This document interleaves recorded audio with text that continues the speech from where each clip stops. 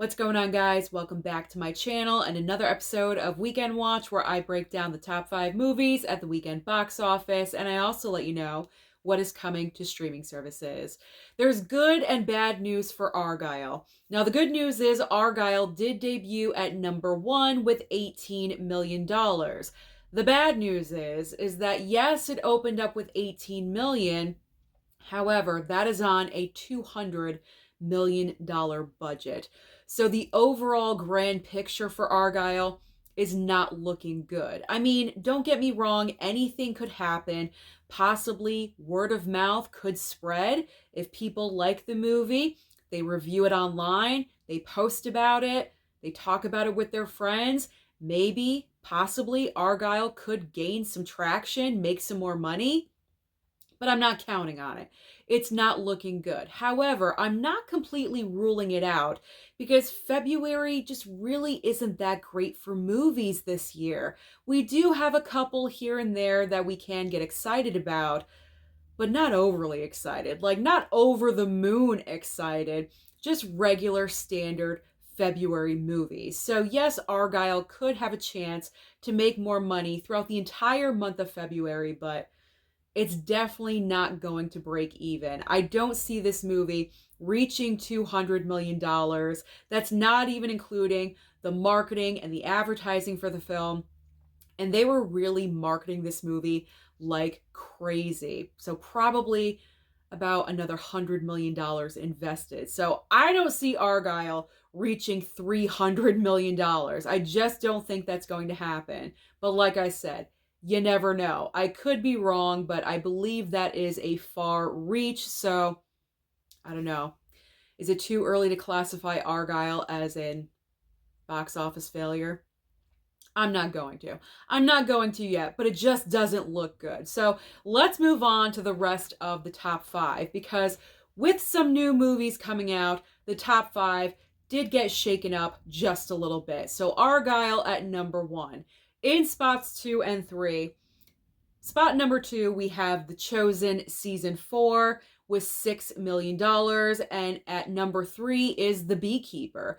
The Beekeeper is hanging in there. Mean Girls has fallen out of the top 5, but Beekeeper is still hanging on with $5.2 million.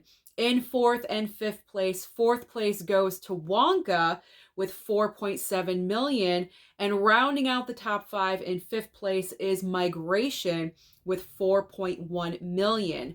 Now, before I let you know about brand new films at the box office, really quickly, I just want to mention Poor Things. Poor Things really hasn't been doing well at the box office. However, with those Oscar nominations that we received just a couple of weeks ago, Poor Things has gotten a boost because of those nominations. Because I think it was a couple of weeks ago when the nominations were first announced, Poor Things really bumped up in the top 5 here domestically. I think it was at number 7, which was impressive. That was the highest I believe it's ever been. And then it went down again. Although this past weekend, international, Poor Things made $8.5 million. So now the worldwide grand total for Poor Things is $68.3 million. So almost $70 million. I think that's pretty decent, considering this movie is definitely not for everyone, for a very specific, limited audience. It's an Oscar contender. So that right there, people just don't want to go and see films like this nowadays. And if they do, more than likely they want to wait for streaming. So I think Poor Things is performing pretty decent, considering it does have factors stacked against it. So almost at 70 million, and it's probably going to play in theaters throughout the entire month of February, going into March, because like I said, it has the Academy Award nominations behind it. So I just wanted to put a little spotlight on Poor Things, because that was my number 1 favorite film from last year, believe it or not. Okay, so now let's talk about what is brand new at the box office this coming weekend. We have 2 brand new entries, as I like to say. So we have Lisa Frankenstein and also Out of Darkness. Now, Lisa Frankenstein really is the only romantic film targeting, I guess, a younger audience for teenagers for Valentine's Day, so I could see this film doing extremely well. Will it debut at number one? I don't know. Maybe it will give Argylle a run for its money and it will grab that number one spot away from it. So this one I'm not really sure about. Either it's going to do extremely well or it's going to tank, but I don't know. I think this is targeting just the right teenage audience and they're going to flock to see this movie and it may surprise us. So I'm actually interested in going to see Lisa Frankenstein. As I mentioned in a previous video, my inner female teenager is kind of curious about that movie. There's also Out of Darkness. I'm not really sure if I'm interested to go and see this film. I haven't really seen this film marketed or advertised anywhere. And if I barely know anything about this movie, does the general public? Most likely, probably not. So I'm not seeing a huge monetary amount for Out of Darkness, but you never know. Anything could happen, as I like to say. So what is brand new on streaming? Because as I always say, there's always options on streaming for you. And this coming week is a huge week for streaming. So if you don't want to head out to the theater, you do have plenty of options at home. So starting off with Netflix, we have the debut of Journey to Bethlehem and also Made in Italy with Liam Neeson. This is exactly what I want to see Liam Neeson do. It seems like this is a completely different role for him. It's not an action film where a nuclear missile is on a plane and he has to disassemble it. There's no gun involved. There's no one on the phone that he's threatening, at least not that I've seen. It seems like this is a cute, I believe it's a movie. Seems like a cute, fun movie. So this is great. I want to see more diversity from Liam Neeson, and he's starting to deliver. So I'm satisfied with this because my opinion is the only one that matters, right? Not really, but that's what I like to think. All right, so that's over on Netflix. Max, we have Tokyo Vice Season 2 and also The Accidental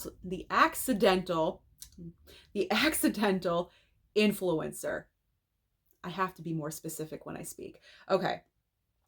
Hulu has 3 brand new options for you. We have Cat Person, Suncoast, and also Camp Hideout. But my next is probably the largest debut of the week for streaming, and that is over on Disney Plus because we have The Marvels. Definitely not the best superhero movie of the year.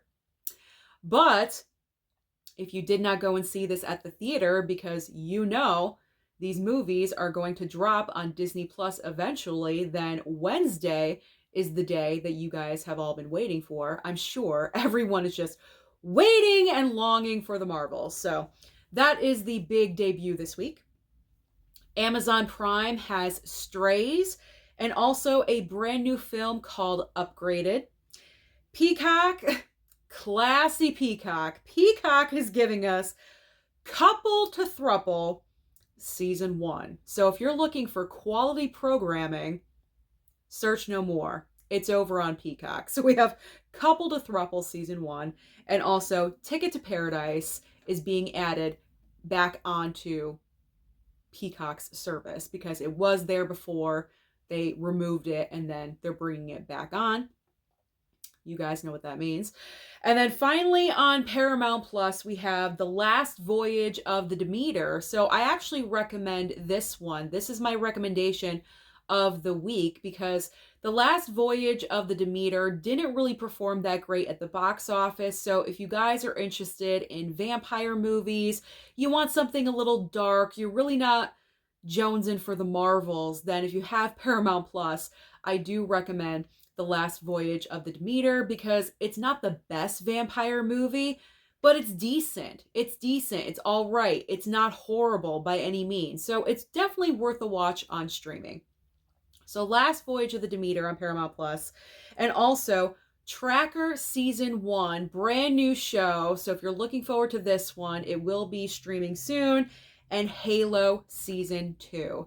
So that is everything happening at the box office and also on streaming. So comment down below and let me know your thoughts all about Argylle. Did you go and see this movie in the theater this past weekend? Did you enjoy it? Yes or no? Don't forget to like and subscribe before you leave, and I'll see you next time.